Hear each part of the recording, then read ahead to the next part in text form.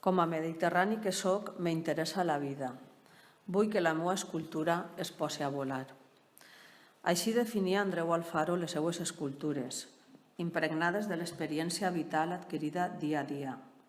Perquè a la fi, per a l'escultor Alfaro, la vida està per damunt de l'art. Este interès per la vida es reflexa en les seues escultures, creades en nom de la llibertat i de l'amor a l'esperança, que s'acaben integrant en l'espai públic.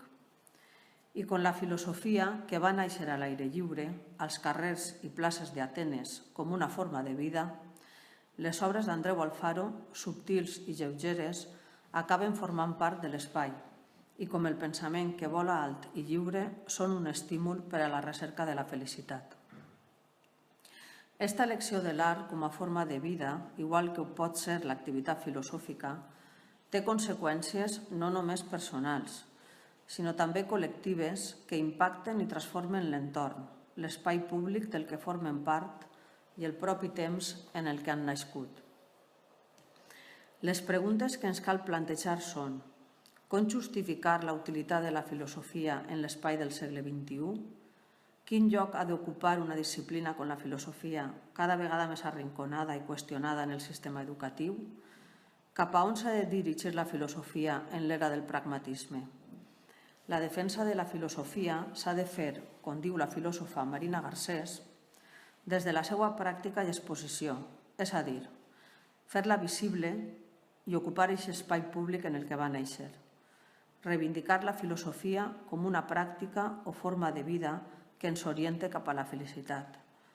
Entesa d'esta manera, la filosofia no és ni útil ni inútil, és necessària, inevitable, perquè forma part de la nostra condició humana, finita, que vol entendre el món en el que viu, un món en constant canvi. Art i filosofia, com a manifestacions d'un saber únic, l'humà, són maneres diferents d'estar en el món que s'interessen per la vida, per l'experiència d'orientar-nos en un món que requereix ser viscut i pensat, perquè una vida sense reflexió, tal com ens recorda Sòcrates, no mereix ser viscuda. Amb Andreu Alfaro trobem mostres escultòriques adreçades directament a qüestions filosòfiques i filòsofs com Bon dia, llibertat, de 1975, Hegel, de 1988, i Plató, i també la mostra referida a Goethe del 2004, on trobem la qüestió de les relacions de l'individu amb la societat civil, com a ciutadà i com a ésser lliure. Ja autors com Lukács i Ernest Bloch trobaren el lligam de Hegel amb el poeta Goethe. En el cas de la fenomenologia de l'esperit de Hegel i Goethe amb el Fausto, exemple de subjecte que dubta i raona i, encuriosit, vol trobar respostes a les qüestions de l'ànima humana en un context social determinat, tot i recuperant la visió renaixentista i humanista de Fausto. Som al sí del moviment de la Il·lustració, que lluita per una emancipació amb el sapere aude com a insígnia de Kant. Hem de referir-nos també a Joan Fuster, com a pensador i escriptor, que fou amic personal d'Andreu Alfaro. Fuster va ser alhora escèptic, sense adscripció a cap sistema filosòfic ni corrent, un pensament pur, amb l'aforisme i l'assaig com a forma d'expressió i alhora compromès en la seva societat i la seva cultura, una cultura identitària, problemàtica, immersa en els canvis socials que encara són, un país i una cultura amb alè de modernitat inconclosa com les veritats obertes de la filosofia.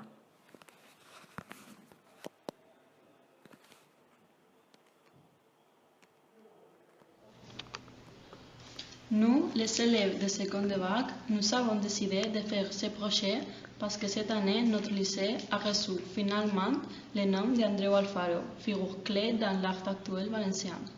Concrètement, on a considéré une très bonne idée de marier l'esculture, l'art et la littérature. Voilà la raison pour laquelle on a fait cette activité en langue française, le calligramme. À partir des sculptures qu'il a créées, on a élaboré des poèmes personnels. Grâce à cette activité, actuellement, on connaît beaucoup mieux Andreu Alfaro et on a profité la connaissance de notre langue française pour donner vie à l'œuvre de cet artiste. C'est un énorme plaisir de pouvoir lui rendre hommage ayant comme véhicule nos idées et notre initiative. Sculpteur autodidacte, a commencé son activité artistique à la fin des années 50 avec une sculpture du bâtiment constructiviste, de développer une évolution en un travail diversifié, mais fidèle au cours des 3 prochaines décennies, certains concepts de base. L'assimilation dans la création artistique de la méthodologie des processus et matériaux industriels, une évocation synthétique dans la forme et la conviction que la sculpture doit récupérer son caractère public et commémoratif. Il réalise ses premières expositions individuelles en 1957 et 1958. Il a participé à la Biennale de Venise dans quelques occasions et il est fréquent que ces concours aux très prestigieux de Cologne, de Düsseldorf, de La Dalle, de Paris ou de Madrid. Entre ses plus de 50 expositions individuelles, il fait détacher les rétrospectives importantes de 1979 dans le Palais Velázquez du Parc de la Retraite de Madrid et de 1991 dans l'Institut valencien d'art moderne et les expositions de 1989 à Paris dans les Galeries de France, entre d'autres. En reconnaissant tout talent et créatif dévouement à la sculpture, il y a reçu le Prix national des arts plastiques 1981 du ministère de la Culture et le Premi d'honneur Jaume I 1980 et la Creu de Sant Jordi 1982. En 1991, il a reçu également le Premi Alphonse Roig de la Diputació de València. Cette même année, son œuvre La Porte des Lumières a reçu le prix de l'urbanisme, l'architecture et des travaux publics de la ville de Madrid. L'artiste récupère, après le modernisme d'après-guerre, dans l'art et s'est engagé à sa langue et sa culture. C'est un artiste de la géométrie de l'acier et de l'aluminium. En l'assignatura d'Educació Plàstica i Visual ens hem apropat a l'obra d'Andreu Alfaro proposant a l'alumnat el disseny i la construcció d'una maqueta d'escultura d'Andreu Alfaro. Hem triat com a model el tipus d'escultures d'Alfaro dissenyades amb rectes generatrius. Pertanyen a aquest tipus d'escultures títols com El meu poble i jo, Suau, suau, Amunt, El matí, Benvinguda llibertat o Fent-se. Totes aquestes obres reflecteixen el caràcter vitalista i positiu del missatge de l'obra d'Andreu Alfaro. Com hem fet l'escultura? En un DIN A4 hem dibuixat rectes paral·leles a 4 mil·límetres de distància, deixant un eix central sense dibuixar. Practiquem així conceptes com el paral·lelisme, la perpendicularitat i la mesura, i habilitats com l'exactitud, la neteja en el traçat. Podríem també fer el dibuix mitjançant un programa de disseny per ordinador. Practicarien d'aquesta manera les capacitats digitals. Una vegada tenim dibuixada la xarxa de línies, tallem les línies amb un cúter o tisores, depenent de l'edat de l'alumnat en el que estem treballant. Tallem sempre sense arribar a l'eix central, de manera que totes les rectes queden subjectes a aquest eix. La torsió al voltant de l'eix central produeix el moviment de les rectes. Per a deixar-la de manera definitiva, apeguem la maqueta o bé a un palet de fusta o plàstic o bé a un marc rectangular d'un centímetre més gran que el DIN A4 que ens hauríem fabricat prèviament. I ja tenim la nostra maqueta d'escultura d'Andreu Alfaro.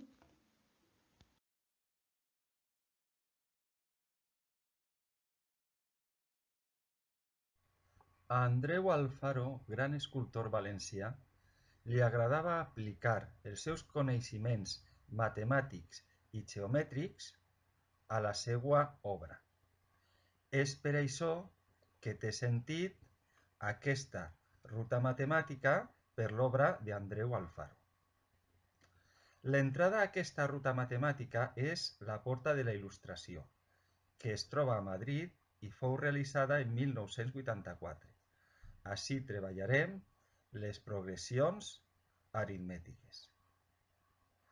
La següent obra és d'un país que ja anem fent, realitzada en 1978 en ferro pintat, amb motiu de la recuperació de l'autonomia valenciana, on, a més de les progressions aritmètiques, treballarem amb les equacions de la circumferència. Continuem amb l'obra God Nature, feta en 1981 en acer inoxidable. Es troba en la col·lecció Alfaro. Ací tenim figures senzilles, com el quadrat i el cercle, que serviran per a treballar la geometria. Arribem ara a l'obra anomenada La veu d'un poble, feta en 1964 en ferro cromat, com a homenatge al cantant Raimon. I ara parlarem de simetries i girs i calcularem àrees i volums de cossos geomètrics. Amb l'obra Potència, realitzada en 1990 en marbre blanc, anem a continuar amb el càlcul d'àrees i volums de cossos geomètrics. La següent obra, Jardí de llaç, també de la col·lecció Alfaro, que fou realitzada en 1994, ens permetrà fer una xicoteta incursió en els problemes de les tècniques de compteig. En l'obra Catalan Power, realitzada en 1975, treballarem continguts relacionats amb les expressions algebraiques. I, per arribar al final de la nostra ruta matemàtica, tenim l'obra Un món per a infants, que és una de les famoses generatrius d'Andreu Alfaro, realitzada en 1971 en acer inoxidable, on treballarem les equacions de les paràboles. L'alumnat de quart d'ESO del programa de diversificació curricular han elaborat poemes visuals i cal·ligrames inspirats en escultures d'Alfaro que tenen un vincle directe o indirecte amb l'obra de poetes i escriptors nostres.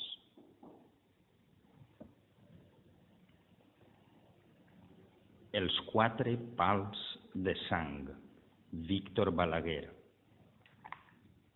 Jo tenia en la muntanya un castell emmerletat, que n'era el rei de la serra, n'era el rei de la vall. En ell mos pares guardaven de llurs avis heretat un panyo groc i vermell i llistat per 4 pals. Més el drap era d'or fi i los pals eren de sang, de la sang d'un noble comte, el Pilós anomenat.